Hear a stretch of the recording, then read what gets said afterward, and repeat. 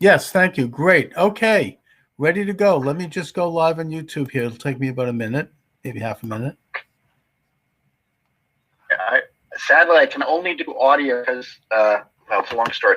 Construction in my house, and I have to get away from the sound, so I'm far away, but I don't have a great signal for video. So, Okay. I'll just stick with this. Not a problem. I mean, obviously, video is better, but that's fine. The program is both audio and video, and it streams live on about 10 platforms, so we'll be good for that. Wonderful. Let me just go here. But I have all these buttons to push, and I want to make sure I push every one of them. So, all right. Okay. All right. Thanks for joining me, everyone. Charles Moscowitz live Monday through Friday, noon to 1 p.m. Eastern Standard Time. Welcome to the program. And this afternoon, I'm joined by Joshua Mitchell. He's a professor of political theory at Georgetown University. He's the author of numerous journal articles and 4 books, most recently Tocqueville in Arabia. Professor Mitchell's research focuses on Western political philosophy and theology. Joshua, thanks for joining me this afternoon. My pleasure, Charles. Thanks for having me. My pleasure. Listen, the book is American Awakening, Identity, Politics, and Other Afflictions of Our Time. What a timely book, especially in these times where you break down some of the cultural phenomena that we're dealing with right now, what I would call a soft tyranny, actually. And, you talk about what I think the interesting phrase you use here in your introduction is cultural eugenics. So let's start there. Talk a little bit about that. Well, it's a provocative phrase, to be sure, but I think it's right. I'm old enough to remember a time and an aspiration to have in America something we called liberal politics, which was a lot of give and take, a lot of push and pull, but we were interested really in building a world together. I grew up, of course, during the space program, and so there was an aspiration to really build a world.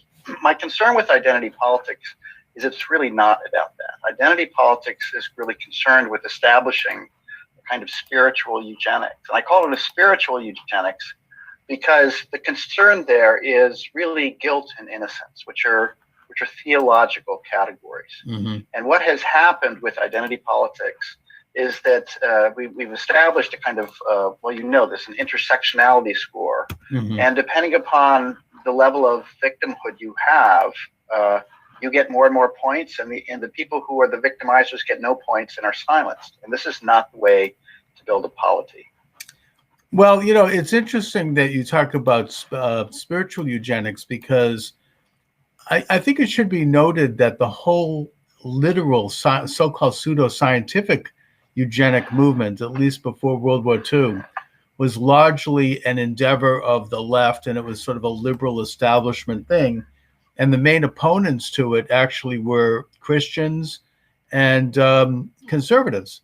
And that the idea was that, there were superior races, basically, what it comes down to, and that weaker people should be quarantined, isolated, marginalized, and that the superior races would essentially, load over them for their own good. It sounds quite familiar, as you know. I talk a great deal about Christianity here, and I do it in the following way. I say that the first instance of the idea of the scapegoat occurs in Leviticus. It's chapter 16. But for the Christians, the formulation is that Christ is the divine scapegoat who takes away the sins of the world. And my argument is, once that happens, once you make that kind of an argument, you can't do what has happened throughout pagan history, which is, if there is some impurity to be purged, you identify a group out there, usually another nation, and you wage war and salt the earth and completely expunge them. And my argument is that Christianity changed that equation and said, the stain that you're looking to get rid of is so deep, this is original sin, that you can't atone for it simply by purging another group. And so Christ is the divine scapegoat who takes away the sins of the world. My argument is that identity politics is sufficiently like Christianity precisely because it uses and is fixated on the categories of transgression and stain. But unlike Christianity, it seeks a mortal scapegoat. And for the moment, the mortal scapegoat is the white heterosexual male. And of course, you should make no mistake about it. I have no interest in defending this or that identity group. But the internal logic of identity politics requires that once that group is purged, you're going to have to turn to other groups. And you've probably seen the Karen meme. Mm-hmm. One could argue that this is beginning to happen with white women. And then, of course, the great irony of all this, but I believe that the next group will be black heterosexual men who believe in the family and who believe in the church.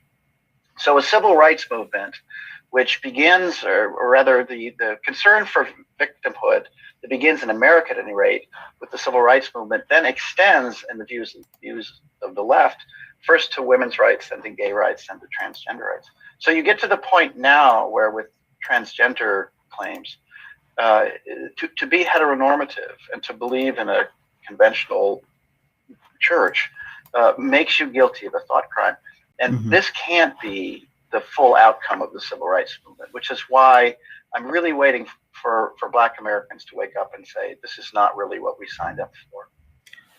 You know, I think that it's gradually happening. And as you point out, they need a villain to focus their energy on as some external foci of their own internal rage and maybe even their own internal guilt, or even it almost comes down to something personal. I mean, we could look at a lot of the psychological elements that make up this particular mindset. But I think you're quite right that the enemy, that the left always needs an enemy, and the progressive movement, in a sense, even to exist, they almost need this focus outside of themselves. And in recent years, that enemy has been none other than Donald Trump, right? I mean, that's the orange man. I mean, everything, even to the point of their own personal life and their own personal problems, was all because of Trump. He was to blame for everything. And one of the things go ahead, please. Go ahead. No, please. One of the things I noticed as Trump kind of stepped into the public light was that if you were in polite company, you had to say something about how despicable Donald Trump was. And I think part of the problem here is that identity politics has so taken hold that lots of white people, and I hate to use that phrase because my view is we need to go back to national origin, which tells a lot more about us than blanket things like white. But let's just carry this on for a minute. What became really fascinating to me was in white company, as it were, it really became necessary to distance yourself from him, to say all sorts of horrible things about him. The left needed him to be racist. I never believed he was. Of course not. I think he was tone deaf, and so a lot of things that he said could be read that way. But I think that's quite silly. But the larger issue here is what I talked about in the preface, namely, there's a Passover ritual that has to occur if you are one of the transgressor groups. So if you are white, especially if you're a white man, mm-hmm. you have to demonstrate on a daily basis that you are on the side of the innocents. And of course, in the original Passover, the Jews had to paint the blood of an innocent lamb on the lintel of the door so that death would pass over. And my argument is that every day in America, whites who want social death to pass over have to call out some transgressor group, have to demonstrate that they are innocent. And so I think woke capitalism can be understood within this rubric. I'm all for using the best science to figure out what sort of world we live in and what we need to do. And I do believe we need to live much more modest lives. But it seems to me that climate change is really about more than that. The fact that we use words like clean energy and dirty fossil fuels tells me that there's something more, that people seem to be more interested than the stain and impurity aspects of this than the actual science. That's why I say we're in the midst of a great awakening without God and without forgiveness. In the 1760 and 1820s American Great Awakening, the concern was purity and stain. Am I impure? How do I become pure again? And that's what a religious revival is. And my argument is we have that happening exactly right now in America. Everybody is desperately searching for some cover of innocence, some fig leaf, if you want to use the Genesis account. And that this will end very badly, because you can't build a world when the only thing you're concerned with is innocence and transgression. Well, you're talking about, and you use the language of religion, but it's religion without God. It's religion as such, and I would even say this to atheists, without some sort of an external foci of truth, of existence, of reality that cannot be manipulated by people. Because we all agree that we're imperfect. We're not gods. You know, the Bible, the book of Genesis says we're created in the image of God. We're not God, and that's to say, to try to pretend you're like God is the ultimate blasphemy. That's idol worship. So, you know, they basically, by replacing God, replace God with themselves as the arbiters, as the elite that seeks to be enlightened, and they feel justified to control others for their own good, even if that means having a Holocaust every so often. It's all for the improvement of the race. I think a lot of this goes into scientization of biology by Darwin, and the idea that you know, you need to preserve and advance a superior race, or what Darwin called a species, and that it brings us again to the idea of eugenics. And just to I want to again touch on the metaphor of Trump, because you know, he represented something that was a block to this view of reinventing man, of recreating a new type of human being, of a eugenic program, in that he stood for the individual, you know, at least in their minds. And he was kind of an alpha male, if you will, you know, a bit of a you know, not someone that could be controlled very easily. He was an independent billionaire. He didn't really answer to anyone. And I think that was fearful to them in this scientific experiment with humanity, where everything becomes sort of controlled and everything becomes managed. And you talk about, you know, the focus, this intense focus on race, as something where I think that when you scratch the surface on the left with identity politics, they actually believe that people are literally different because of their race. They don't believe that we're all basically the same and that we all, you know, have differences individually. They actually view people as having a different thought. And I think this also gets into some of the university identity studies disciplines, whether it be feminist studies or gender studies or whatever, that they actually believe that people are literally different, that they are different, you know, they are at different levels maybe of evolution. I don't know. Yeah, so let me respond to two things that you've said here. The left has a clear view of what the arc of history aims toward, and it's not Donald Trump. I mean, he's literally a person that cannot exist in their world. He is, as you say, an alpha male. He's not ashamed of being whoever he is. He pushes back against identity politics. He literally can't exist, which is why a kind of deus ex machina had to be invented to explain his victory, which was, of course, the Russia collusion. Because it can't be by mortal means that he won. There had to be some demonic force involved, which caused him to win. And this continues to pervade on the left as well. With respect to race, it's actually very troubling what's developed. It's the new racism, which goes under the guise of beneficence, but it's the new racism. So you might have heard that the San Diego school system has decided that because blacks actually can't compete with the other groups that are there, they're not going to insist that they grade in the same way. This is the new essentialism. It's basically giving blacks pass. And I work with Bob Woodson, who you may have heard of. Yes, I have. I've interviewed him. Mm-hmm. And Bob and I have worked together for a couple of years. And Bob and this group that we've all formed called 1776, which was a pushback against the New York Times 1619 project. Mm-hmm. He's incensed by this. And everybody who's on the call, both black and white, is just incensed by this because it in effect says that blacks are inferior. They can't compete. This is, as I said, the new essentialism. And this is not what America is built on. We have had a rough time of it. Slavery is still kind of, the legacy of slavery is still off in the shadows.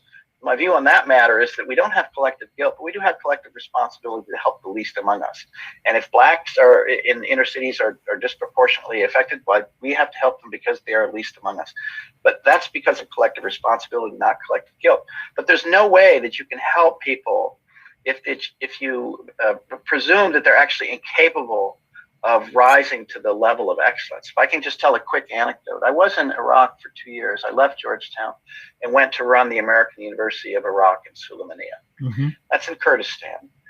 We had Arab students, we had Kurdish students, but we had a particular category of students called the Anfal students. And if you recall, Saddam Hussein practiced genocide against the Kurds and gassed in Halabja tens of thousands of people. So we had a category of students which were basically students whose parents were gassed to death. So these people had been through hell.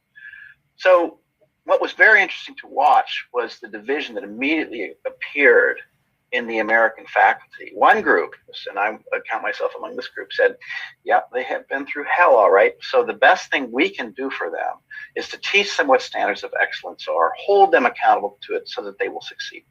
And then there were the guilty teachers who said, look at what we did in Iraq. Look at these poor students. They're incapable of doing their work. We can let them cheat. We did their handwork. Homework doesn't have to be handed in on time. We'll fudge on the grades. And this is how we help them. Of course, some of the students immediately fell for that. And the other students who had gone through hell but understood that that was no good, they sided with us. There was really a kind of internal war. And what was most interesting about it, now I come to white guilt, is that the students, the teachers, the meaning of their existence was tied up in helping these students. And I began to wonder what would happen if these students, and we can now extrapolate and say what would happen to all the millions of people who are on receivership, government receivership, so to speak, who depend on all these do-good programs. What would happen if these students in Iraq and if blacks on welfare or other assistance programs came to those officers and said, you know what, we don't need your help. We can do this and we want to do this on our own. Well, suddenly the meaning of their lives would be completely lost because they need this dependency that this group has. This is the pathology that we have in America today. We of course we need to help, and charity is a big part of this. I do not wish to sound mean-spirited. When people are hurting, you do everything you can to help them. But you don't wrap your own meaning up in the meaning of your existence up in their being dependent upon you. And we have now a government that requires a permanent class, an underclass in America. And the way we justify this, and you just said it, is we say, well, these people really aren't capable of taking care of themselves. This is the new racism in America. Yeah, I mean, brilliant, amazing insight. Look, this is... it's kind of the equivalent of the old patronizing white man's burden, Rudyard Kipling, yes, version of British imperial racism. You're a better man than I, Gunga Din. I mean, it's sort of like looking at, they talk to black people in this country like they're children. I mean, they're like, the great administrator. And in a sense, it's both gives them a sense of empowerment because they feel that they are literally superior, even though that's not something that's they're necessarily conscious of, and that they have this kind of divine, almost divine right, a divine right without the divine, to control black people and manipulate them and essentially experiment on them as a subset in the culture.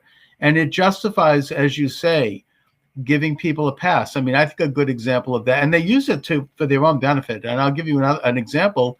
This idea that somehow black men and women cannot identify themselves as in order to vote. That the idea of having a voter ID, a simple voter ID made available for free and made available in an organized way, that this is somehow against black people. I mean, it is patronizing, it's insulting, it's offensive, and it's really just they're being used as an excuse for people who want to continue to cheat and steal elections. It's all like kind of, they're like just the straw people to fulfill this agenda. I think that's right. Nothing is more insidious than power that masquerades itself as justice. And of course, in America, we do have the racial wound, and there is profound guilt about it, and not a clear view about what to do. We could talk about Bob Woodson if you want, because I think at some point, because Bob gets this. But the way people are dealing with this is not constructive. So, for example, in the small town where I live, and I'm not going to mention the name, which is largely, I would say it's a town of 5,000, but it's a college town with a fair amount of upper middle class retirees who have come from elsewhere. And down the middle of the street is a Black Lives Matter painted sign. And I think to myself, what do they think they really gain by this? They haven't done anything. They haven't really helped, but there's a lot of moral posturing that's involved here. And so you go to sleep at night, or they go to sleep at night, thinking they've done the right thing by supporting the right cause. And meanwhile, Black Lives Matter turns out to be not such a friendly group. We really don't know where the money is going. And I want to be clear, I spend a lot of my time working with Bob Woodson, trying to figure out how we can constructively deal with the race issue. So it's not as if I wish to be colorblind and pretend this is not an issue. But nobody knows where the money goes. Black Lives Matter has basically strong-armed all sorts of corporations, extracted money from them, and in effect give them the moral pass so they can continue to exploit. We've got a real class problem in America, not a race problem in America. Right. They continue to grow richer and richer and richer, but it's okay so long as they, support Black Lives Matter or climate change. I mean, this is really rather extraordinary. The new elites cover their class privilege with the social justice fig leaf. That's really what's driving this. And in a funny way, although I right of center, in a funny way, Bernie Sanders got it more right than the identity politics crowd and on the left. It's not to say I support Bernie Sanders' claims, but the class problem is the problem we have to deal with. And by that I mean simply this. I don't wish to use Marxist analysis for it, but we have a growing wealth divide in this country. And I think what Trump understood, even if he was unable to implement it for all sorts of complicated reasons, what he did understood was that to paraphrase Bill Clinton of many, many years ago, it's about the middle class stupid. We really have to rebuild the middle class. And that means bringing manufacturing home. But instead of focusing on that, we give the global elites a pass so long as they identify with social justice causes.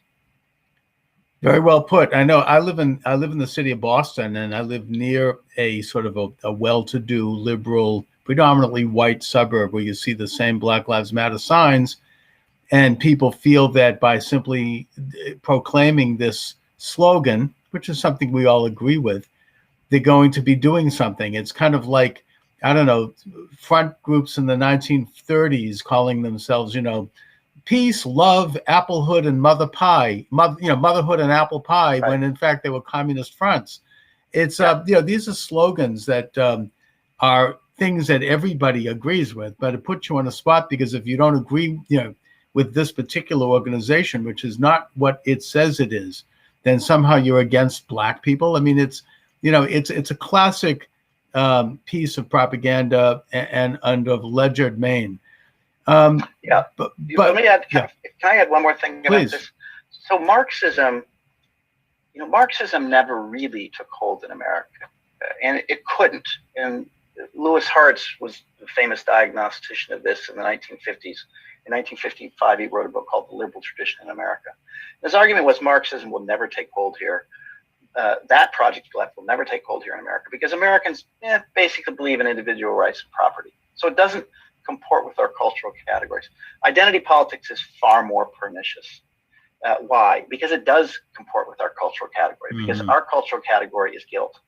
It comes from being a nation steeped in the Bible. And so guilt is always already there in the American psyche. And so the left could not succeed in undermining the family, the church, all our civic institutions and the Constitution through Marxism. But it will, unless we're really, really careful. It will do it through guilt, and more precisely racial guilt. And in Europe, the way this is happening, it's not so much racial guilt, although colonialism is there. It's national guilt about World War I, World War II. and of course the Holocaust. And the bargain that's being made over there right now on the left, by the left, to everybody else is, look, I'll speak as a leftist. Look at what your nations have done. You have so much guilt. There's no, and here's the most important point, there's no way to absolve this guilt except for you to renounce your nations. Mm-hmm. Now, if you're living in Eastern Europe, and in Hungary and Poland, where they know that guilt is something to be wrestled with in the churches, they have an antidote to this, because they say, yes, there is a way for us to deal with guilt. It's called forgiveness, atonement, repentance, etc. And that's how we can build the world. But in Western Europe, where they have no church whatsoever, they've retained the Christian guilt. This is the most important thing. They retain the guilt, but not the architecture that they can use to absolve themselves of it. And so the left steps in and say, well, here's the way you're going to get rid of your guilt. You're going to renounce your nation. And that's what's happening. And the right is pushing back against this, sometimes constructively, sometimes not. But this is the left's leverage. There's so much guilt, and there's no way to deal with it in Western Europe. Well, they've retained the idea of Christian guilt, except it's without Christ. Yes. And if you look at the way the Communist Manifesto works, Marx says in one of the planks that you have to, in order to create socialism in a targeted society, you have to find their weaknesses, their points of vulnerability, and divide those, exploit that, work with that, create a new dialectic. And originally the Marxist dialectic was class. That's what's pushed by Bernie Sanders.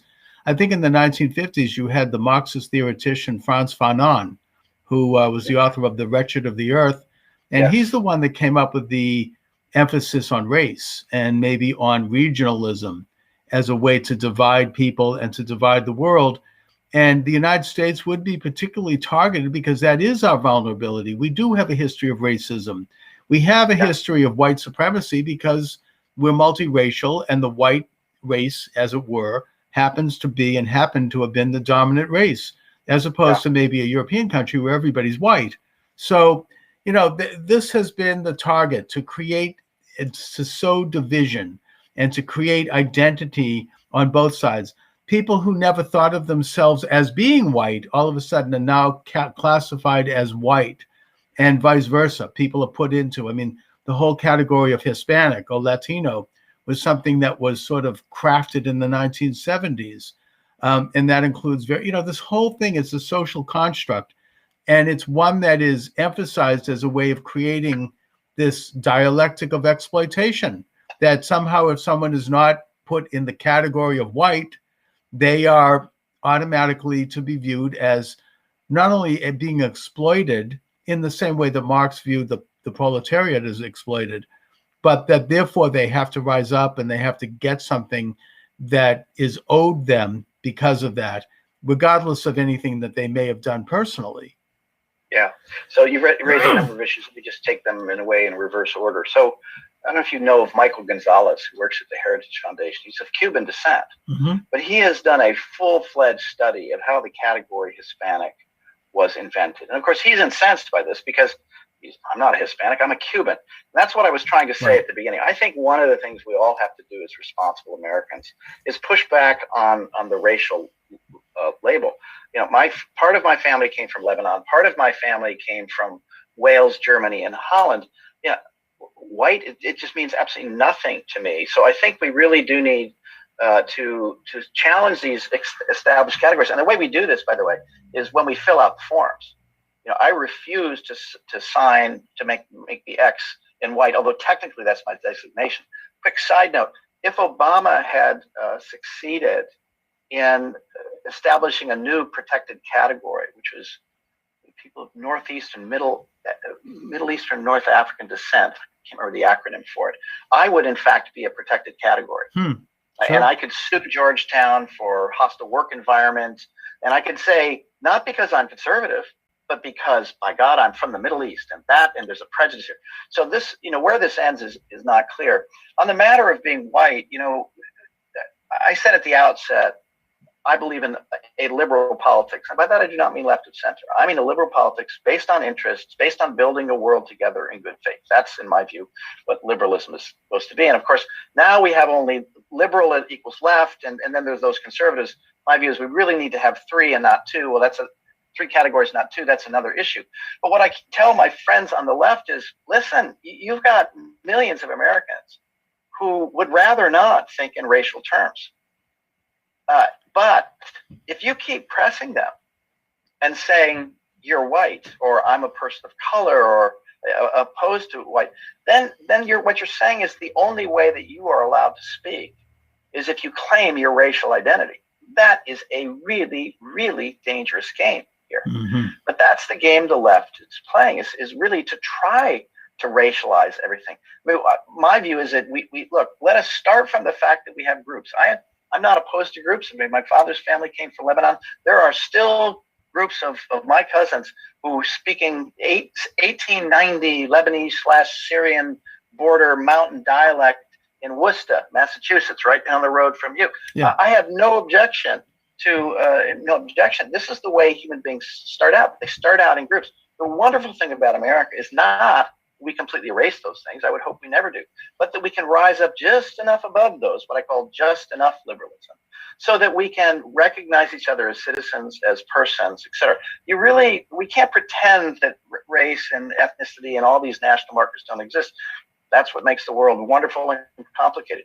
But to try to essentialize them, and this comes back to a point that you had made earlier, and to say these are the only things that count. When you do that and say white is the only thing that counts, and being a person of color is the only thing that counts, you can't be citizens then. And there's a certain perverse irony in all this, because it's elites who want us to think this way. And of course, they have no citizenship whatsoever. My counter to this is, take a look around, people. That person who you hate because of their race, their color, whatever it happens to be, they are your fellow citizens. And you need to stop pretending that you can hover above and get rid of the national mix that we have. And let's just do what we can. We can keep our communities, but as a political matter, we have to put all that stuff down. One more thing. Mm-hmm. You mentioned guilt without Christ. And this raises somebody we haven't spoken about, who turns out to be really, really important.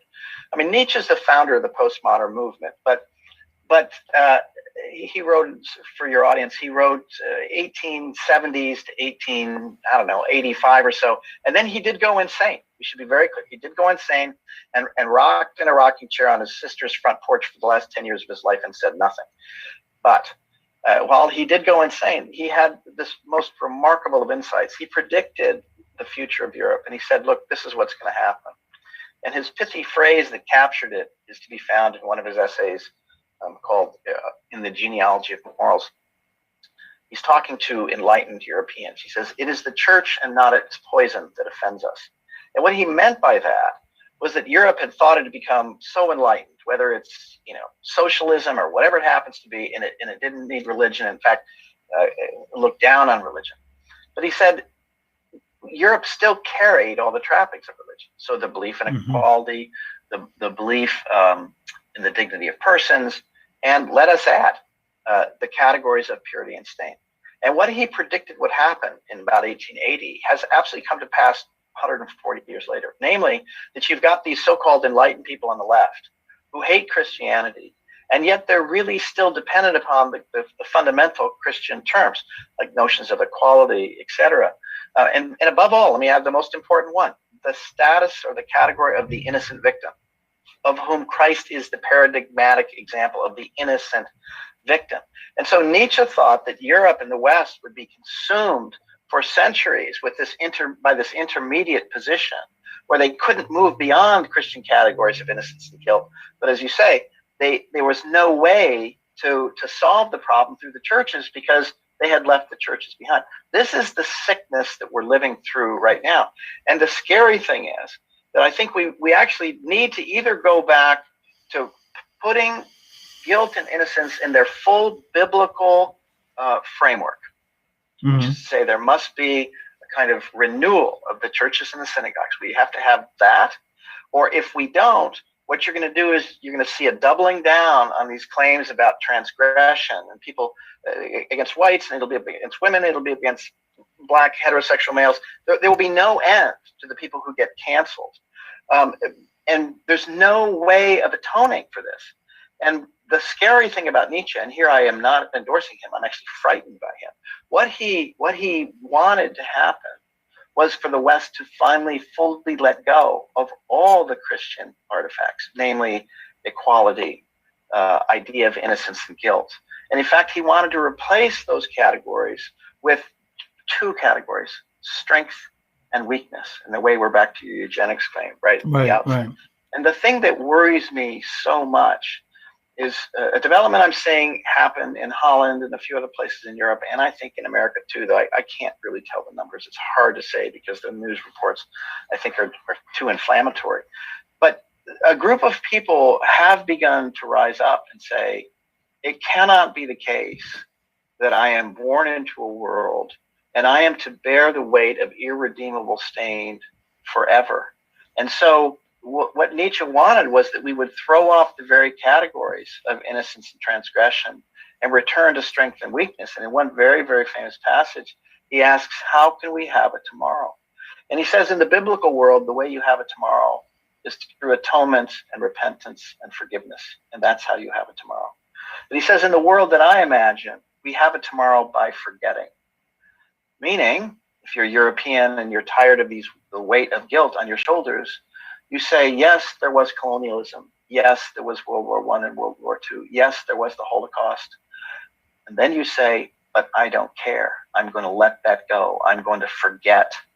And that's what most worries me, is that when the weight of stain becomes so grave that there's nothing to lift it from your shoulders, then you start entertaining the true alt-right schemes, which are, we're done with the categories of innocence. We simply want to return to strength and weakness, and we are stronger than you.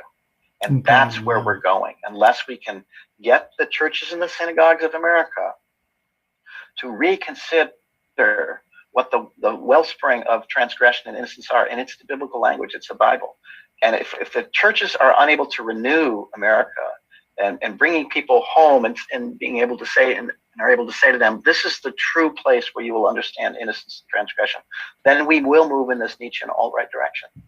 It's inevitable. Incredible. Great insight. I mean, this is really amazing stuff to think about. And, I guess that, George Washington, I think, laid out an American political philosophy in his farewell address when he talked about the idea that he understood that people had different religions, different, as he said, manners and customs, and that he understood that we're going to relate to those things in our own way.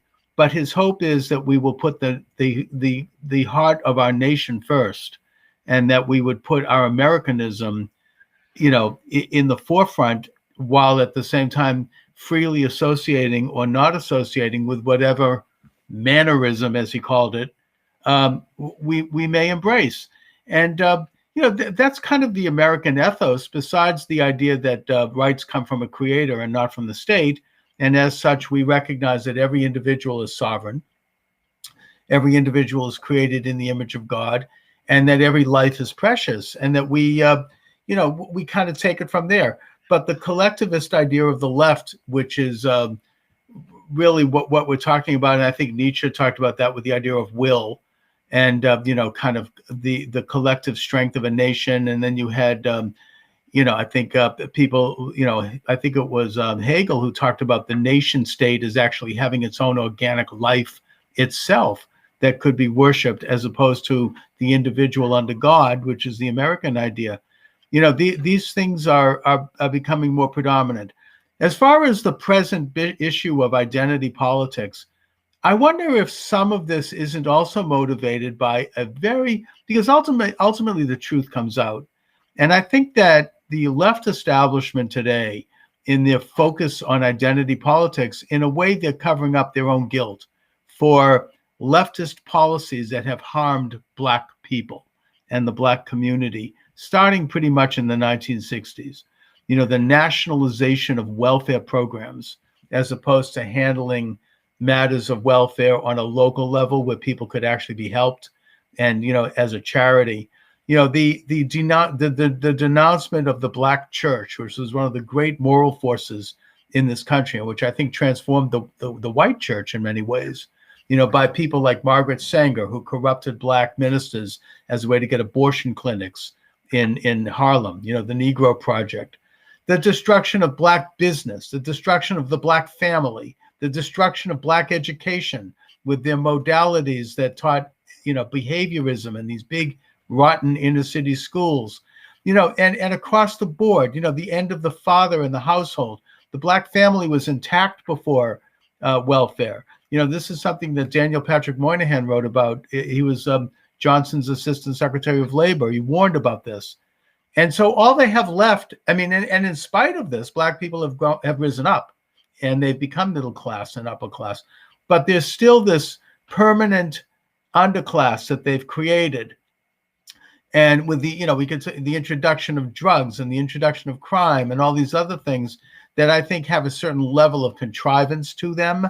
And then all that's left at the end of the day, the one final arbiter to keep the peace and to help people are the police. And now they're under assault. They're being told that they're going to be taken out of cities where people are trying to get to work and the children are trying to play out on the stoop. And we're told that they have to be defunded, that they're racist. I think that the whole question of racism in this country has receded a lot. We've come a long way, actually, in spite of these left-wing programs. And maybe this idea of identity politics now, as it's being taught, and as it has replaced the 1776 project that you've talked about. And, it was basically something that was created by this Harvard professor named Charles Pierce in the 1980s. This micromanaging, where you put someone under a microscope to find a racist gene. And you notice they only do it to people that don't kowtow to the left either. And this might be a symptom of actually the success of the American culture, that we have moved away from racism to such a high degree that now they have to pull out a microscope to find the racist. So I don't know how old you are. I'll tell you how old I am. I'm 66. And I remember very clearly in the 60s, the movement in society, and Shelby Steele chronicles this really well. After the 1960s, it really was publicly unacceptable to be a racist. Yes. Maybe in 1960 it was.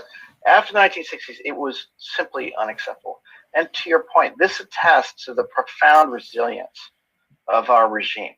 And when people say, well, there's all sorts of racism in America, my answer to the question is, okay, so tell me, if there's problems, tell me what can't be solved by the Constitution we have and by the rule of law. Are you telling me that we have to throw the whole system off? So that's, I think, the question we have to ask. If there are problems, fine. That's the greatness of our system, is it is incredibly responsive when you've got people of goodwill. And even people, you don't have people of goodwill, it's still incredibly responsive to injustices, which is why I want to defend it. But the 1960s, as you said, was also a turning to a darker threat. So on the one hand, it became publicly unacceptable, but the 1960s also began, I would characterize it as the despondency of Black America. Bob Woodson and I just wrote a piece, which was published in the Wall Street Journal on Martin Luther King Day, called "How the Left Betrayed Martin Luther King."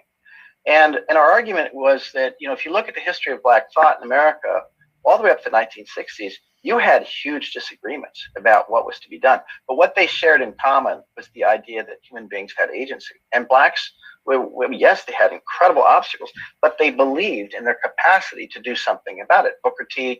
Washington thought it was important to stay. W.E.B. Du Bois voiced all sorts of opposition, did finally leave. And then there were others who did actually leave. They didn't just voice opposition. They went back to Africa. So these three strains of thought, which were entirely different, shared in common the idea that there was human agency.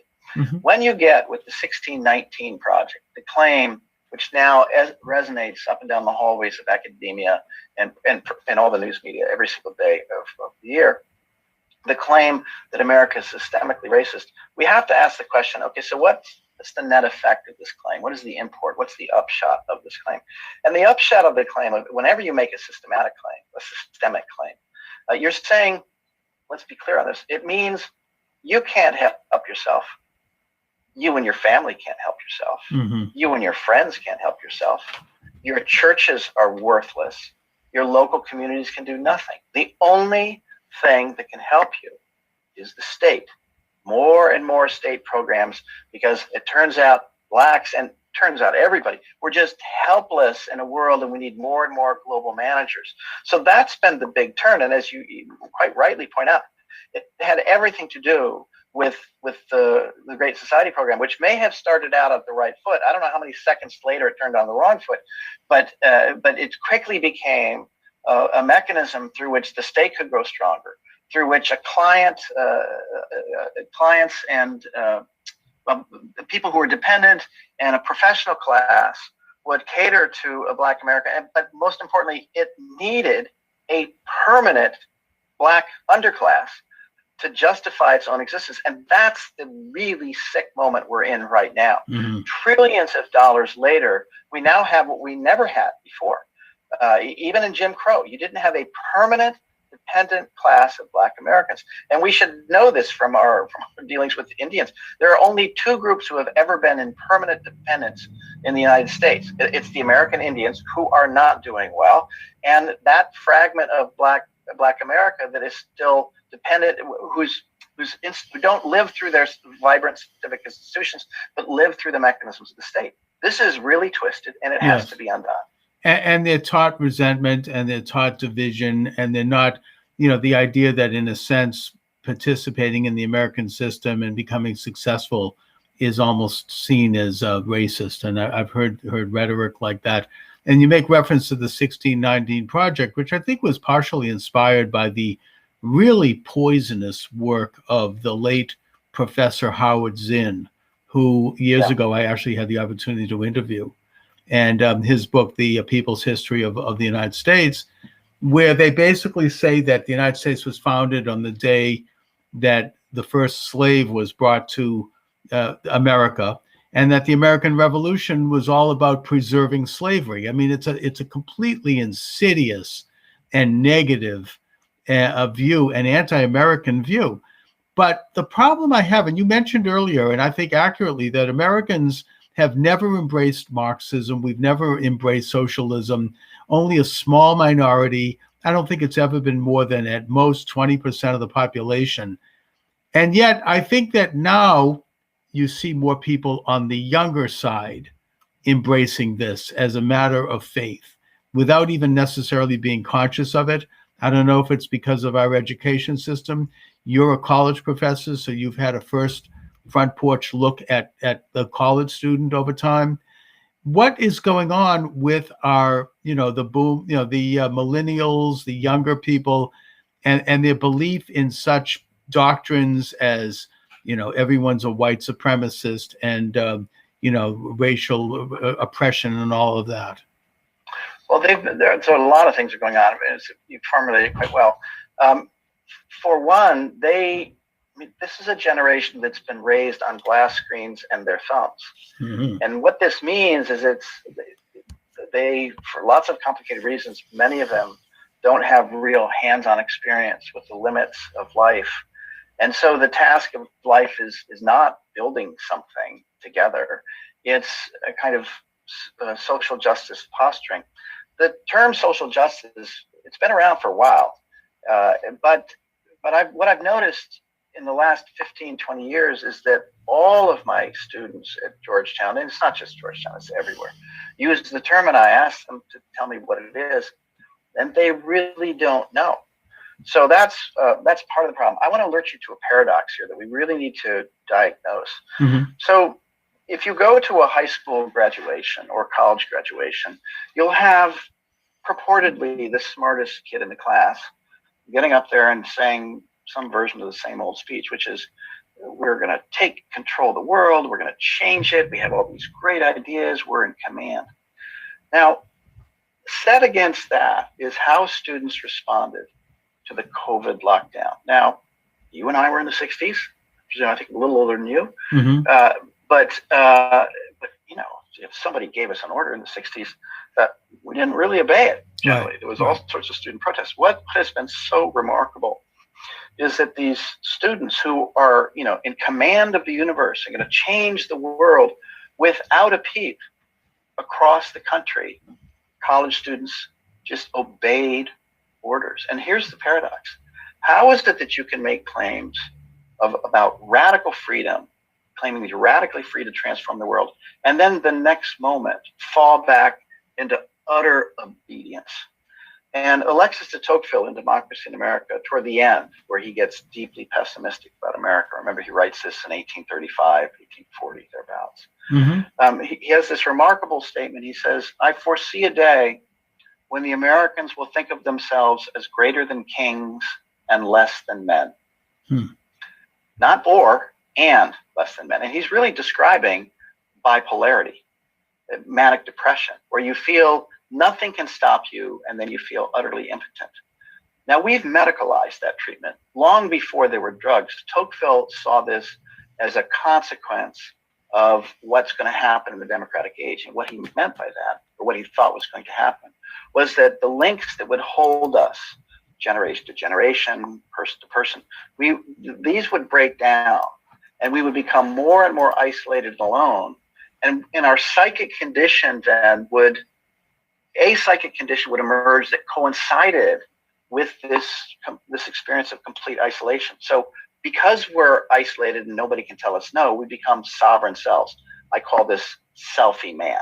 So around the world, we have millions and millions of people who daily take selfies of themselves. This is a philosophical phenomenon. We have to figure out what this means. What does it mean that the world is the backdrop to you? You must be really, really important if you take selfies. And yet, when there's any challenge that has to be met, this generation cowers and hands it over to what I call the global managers. So we have this strange configurations. I think it's really, really emerged after 1989 of what I call management society and selfie man.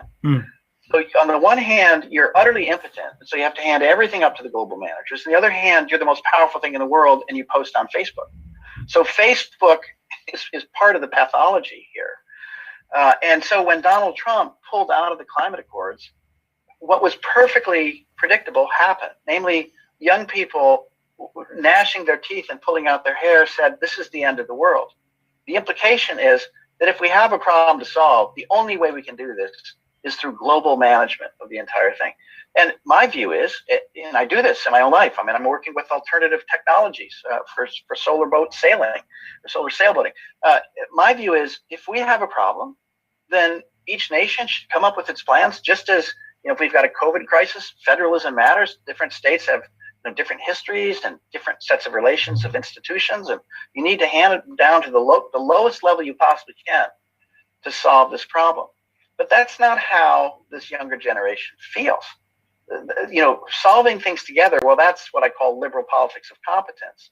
But they don't want to do that because they have just been using their thumbs in glass for most of their life. And the idea of actually working with your neighbor, it's too much for them. So they see this individualist thing of people having to work together. And they think, well, I don't want to do that. So the alternative, they think, is a kind of global socialism where you've got free college and where we spend $50 trillion that we don't have on the new green energy deal because the spiritual economy of cleanliness is way more important to them than how much things actually cost in dollars and cents. So you've got a completely disjointed younger generation, and COVID has only made this worse. Yes. Because I see my students now. I've been doing this online for 7 or 8 months. I've seen them gain weight. I've got notes about depression and suicidal thoughts as I've never had before. Oh, yeah. And I wrote about this immediately after it happened. I said, there's many ways to die, and COVID-19 is one of them. But social distancing produces a world exactly as Tocqueville predicted. In fact, his phrase for delinking could be social distancing, where we don't look at each other, we don't care for each other, we order things online, we look to the state to take care of ourselves, and we post our selfie self pictures on Facebook. This is exactly the pathology that leads to the kinder and gentler tyranny at the end of history. So I'm saying we may have saved ourselves medically, but we're killing ourselves politically. That's the problem here. And of course, now we're raising this huge question about the fear of death. And of course, if you have no religious background, the thing you're going to do most of all is fear death. And all sorts of people throughout history have understood that if you have citizens who are fearful of death, it's over. There's no way your country's going to be able to defend itself or make hard choices or make hard sacrifices. It's just not going to happen. So that's where we are too. And you've got this. You just go on for one more minute. You've got this digital elite that that dreams that because they live in this digital world where they can order things on Amazon, they can put on their face masks and keep the analog disease called COVID-19 out of their world. Of course, they count on the poor people to deliver their groceries to them and things like that.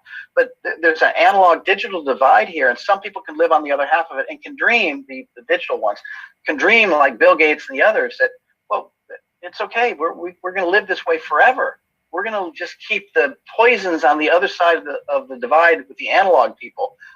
It's a real sickness. And I'm hoping there's a reckoning about this because, you know, what this has done, this COVID-19, in the way of redistribution of wealth, is devastating, and it's embarrassing, and we should all be ashamed of it. But that's what's happened here. Yeah. And, you know, I'm no socialist, but I am vehemently opposed to the growing amount of the gap between wealth and poverty in America. That is a very, very serious problem. Indeed. Well, listen, Joshua, there's so much there. And, you know, I really appreciate you joining me and these insights, which are extraordinary. And the book, again, is American Awakening, Identity Politics, and Other Afflictions of Our Time. Joshua, let people know where they can get your excellent book. Well, they can get it through Encounter Books, which publishes it. They can probably get it at Barnes & Noble as well. And notwithstanding what I've just said, in the way this is the pathology, they can also get it on Amazon. I know we have to. That's the one company that's really booming in this whole fiasco. I know. Yep. All right, Joshua, listen, I want to thank you very much for joining me. It's been really interesting. Thank you, sir. Thanks for having me, Charles. It's great to talk with you. All right. And that kind of wraps things up for today. I want to thank you all for joining me. Good. Thank you. And have a great, God bless America. Thank you. My pleasure.